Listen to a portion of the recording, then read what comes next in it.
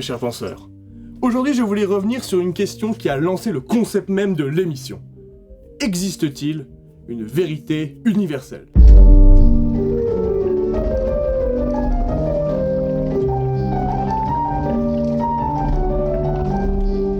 Selon vous, la vérité est-elle universelle ? Je pense pas que la vérité, ça soit quelque chose d'universel. Non.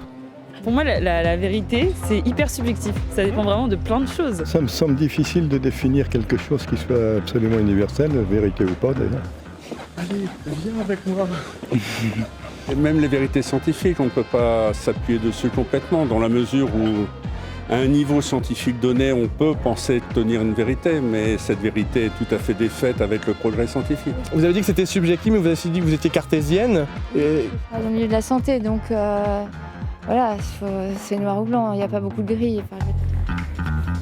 Je pense qu'il y a une vérité quand même commune, le bien commun, le respect, etc. Mais il y a des choses qui peuvent différer de par la culture, les milieux sociaux. Il y a des vérités qui se regroupent, il y a des vérités qui divisent. L'homme sincère doit rechercher ce qui nous unit pour aller dans le chemin de la paix. Voilà, quand vous êtes malade et que vous êtes en analyse dans un hôpital, on vous donne les résultats sous réserve des avancées de la science.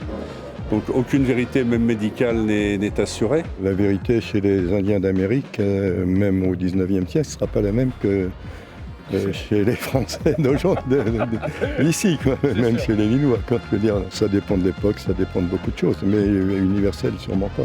Est-ce que certains mensonges peuvent être vrais ?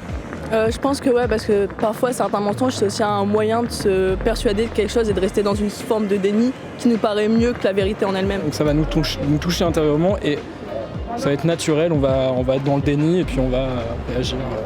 Voilà. Donc, Bon, c'est une excellente réponse, vraiment merci à toi. La vérité est un sujet qui a été maintes fois débattu dans le monde philosophique et il l'est encore dans notre monde moderne. Avant de répondre à notre question, nous devons définir le concept de vérité et d'universalité.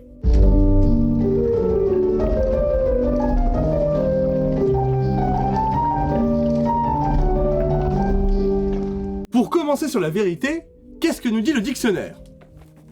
Connaissance conforme au réel, une vision qu'Aristote partageait avec son exemple de la neige blanche, une vérité directe de ce que nous pouvons simplement observer. Il est simple de parler d'une vérité lorsqu'une chose est facilement atteignable par tous. Si la question de la vérité est un sujet, c'est parce que chaque individu peut avoir une opinion, une vérité différente sur un sujet donné. Le meilleur exemple, c'est la présence ou non d'une divinité. Les athées tendent vers une absence totale d'un être supérieur, alors que les cultes tendent vers la présence d'une ou de plusieurs divinités. Deux propositions que chaque groupe prône comme la vérité. Deux idées qui pourtant sont complètement contradictoires.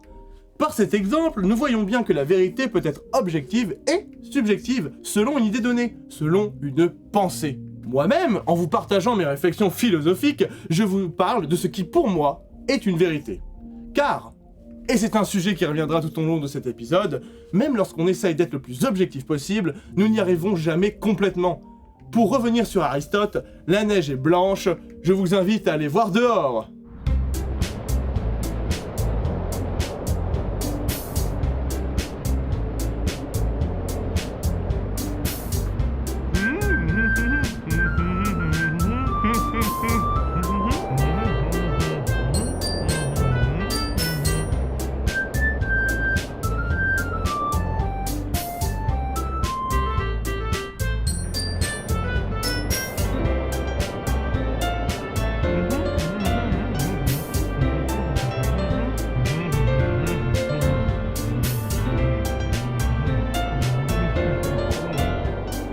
L'atteinte de la vérité nous demande donc d'accéder à tous les paramètres. C'est ensuite par l'utilisation d'outils comme le rasoir d'Occam que nous pouvons éviter les biais cognitifs et atteindre une forme de vérité.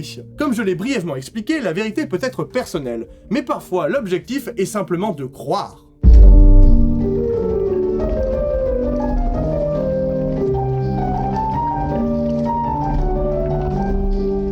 L'humain est un rêveur.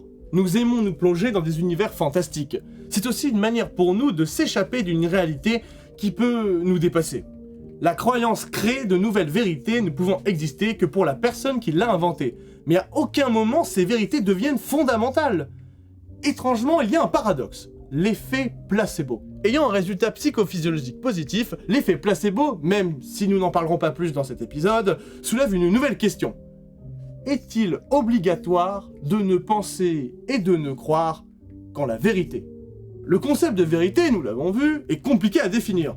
Mais celui d'universalité l'est encore plus!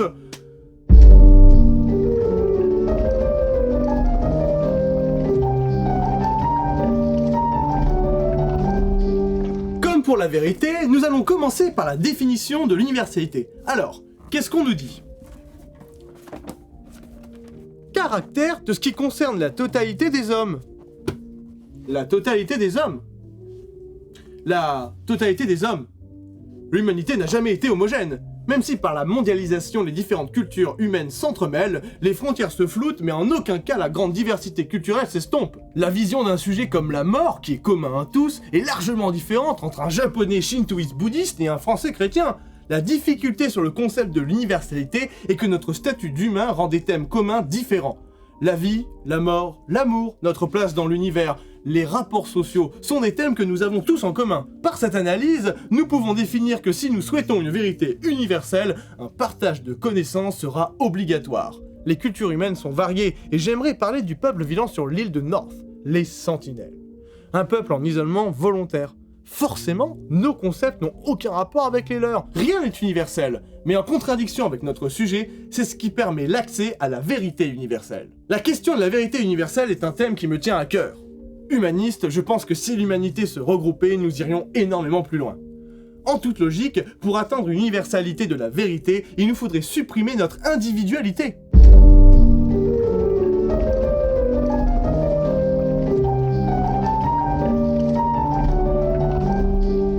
L'espèce humaine n'est pas une conscience collective, c'est par notre empathie que nous arrivons à comprendre les autres.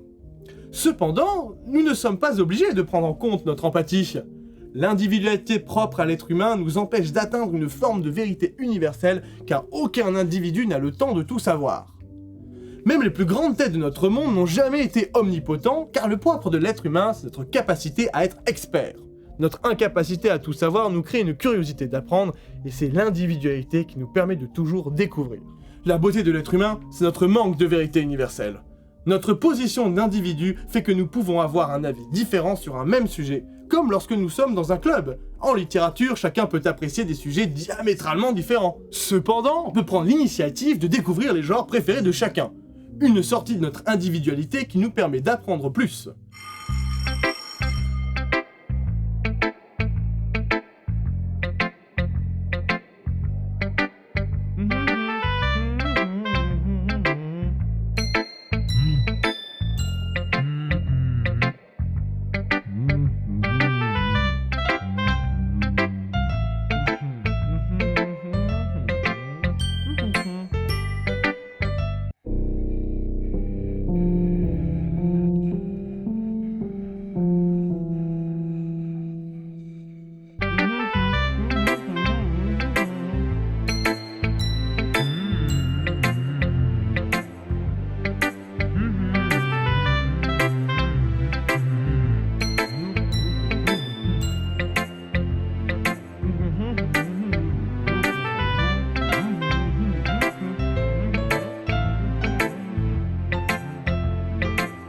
Chaque information apportée par un autre nous permet d'augmenter notre propre vérité par la connaissance. L'individualité peut aussi nous pousser à rester fermés dans nos avis sans prêter attention à ceux des autres, ce qui, sans le vouloir, nous ferme à de nouvelles connaissances.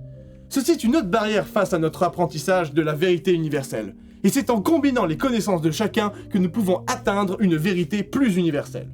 Exprimer notre opinion offre aux autres une vision de notre vérité qui peut parfois être manipulée par nos émotions. Ce filtre personnel ajoute une dose de subjectivité à notre vision du monde. On retrouve ici le thème le plus important de notre réponse, l'atteinte de toute forme de vérité, de connaissance.